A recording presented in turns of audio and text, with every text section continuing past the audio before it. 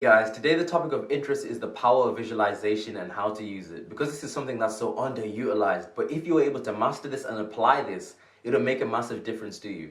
Now, if you study the lives of people who've done amazing things, the people who achieved great things, you find that for the most part, a lot of them had a vision of who they wanted to be and what they wanted their life to look like. And they always felt as though they'd achieved that goal way before it happened. So one primary example of this is Muhammad Ali. Muhammad Ali always used to say, I'm the greatest fighter of all time, I'm amazing, I'm unstoppable, you can't beat me. He was saying stuff like that before he'd even won a fight. He was saying stuff like that before the world even recognized who he was. But the thing about Muhammad Ali was this: he always felt as if he was a champion. And that's what I'm trying to draw emphasis to, the feeling aspect of it.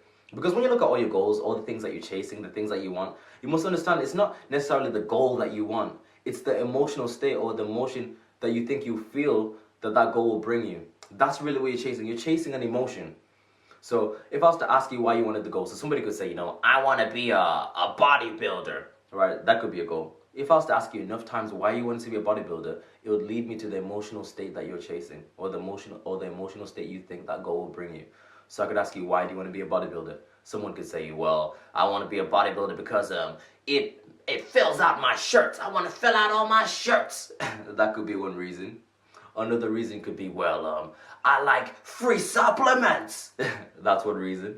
Another reason could be, I like training in the gym with all my friends. I like lifting weights with my buddies. Right? That's one reason. But if I was to ask you again, you'd probably say something like this. I want to feel like my life matters. I want to feel like I'm different to everybody else. I want to feel significant. You know what I'm saying? That's the emotional state you're really chasing. You're chasing the emotional state of significance. That's what you want. Okay? So when you close your eyes and you see yourself with the vision that you want, and you see yourself doing the thing that you want, what it's going to do is going to create the emotion within you, as if you have the thing. And that emotion is going to lead to inspired action. It's going to cultivate the desire for you to make that vision a reality. And so long as you feel that, so long as you feel you have the thing already, you'll create that reality regardless of your circumstances. So one primary example of this is Conor McGregor. If you study his life, it's amazing. He used to be a plumber. He was struggling financially. Things weren't going good for him, right? But what he wanted to do is he wanted to be an MMA fighter. So he'd close his eyes and visualize himself being an MMA fighter. He'd see himself walking out the octagon with the crowd cheering his name, chanting his name, with a belt in his one hand, victorious. And if you look at all his early interviews, he'd always look the interviewer in the eye and he'd say, you know what? I'm going to be something. I'm going to be amazing, right? I'm going to be the man to beat. He'll make all these claims without any evidence to support that. But for him, it was a reality because he felt it. And this is the thing you need to do. You need to feel as if you have the thing first. Because emotions aren't just emotions. Emotions come with thoughts, right? And what you must understand is this. The average person experiences 12 emotions a day. Now, when you think about 12 emotions, that's not a lot of emotions, considering the hundreds of different emotions you could be feeling. The average person only feels 12, experiences 12. Now, the reason being is this, right? You must understand that thoughts are just patterns. So you have patterns of thought. And those patterns of thought that you have create the emotions that you experience on a consistent basis. And the emotions that you experience on a consistent basis become your dominant emotional states.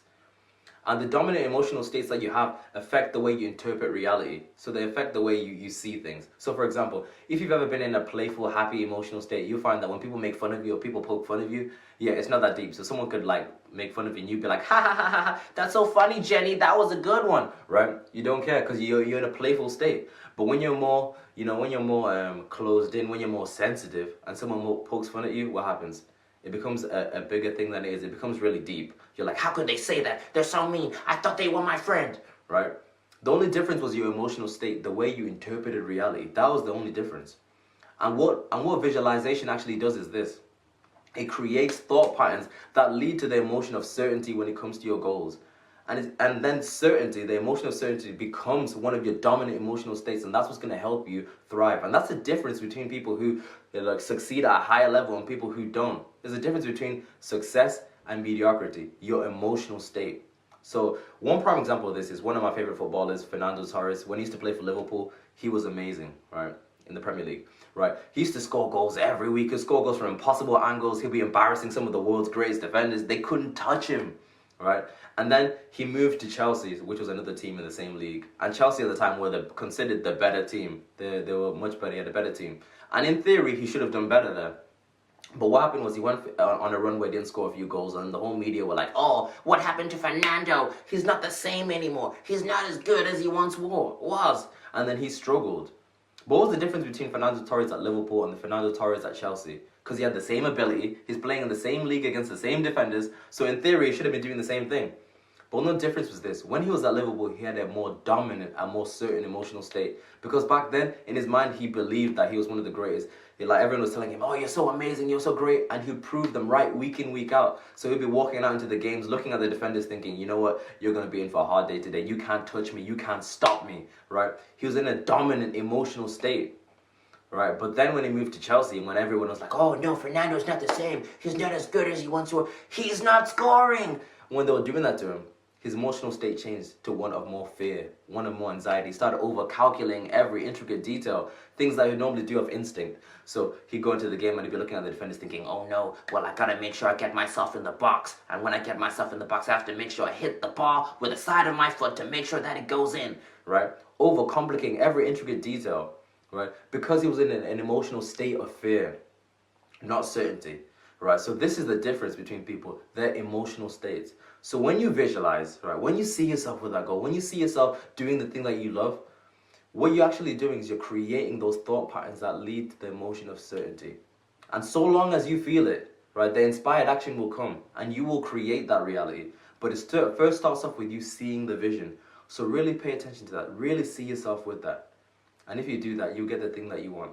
So guys, really apply this because it'll make a massive difference to you, okay? So guys, that's the video of the day. I hope you enjoyed it. Please don't forget to like, share, and subscribe. Josh is out. Goodbye.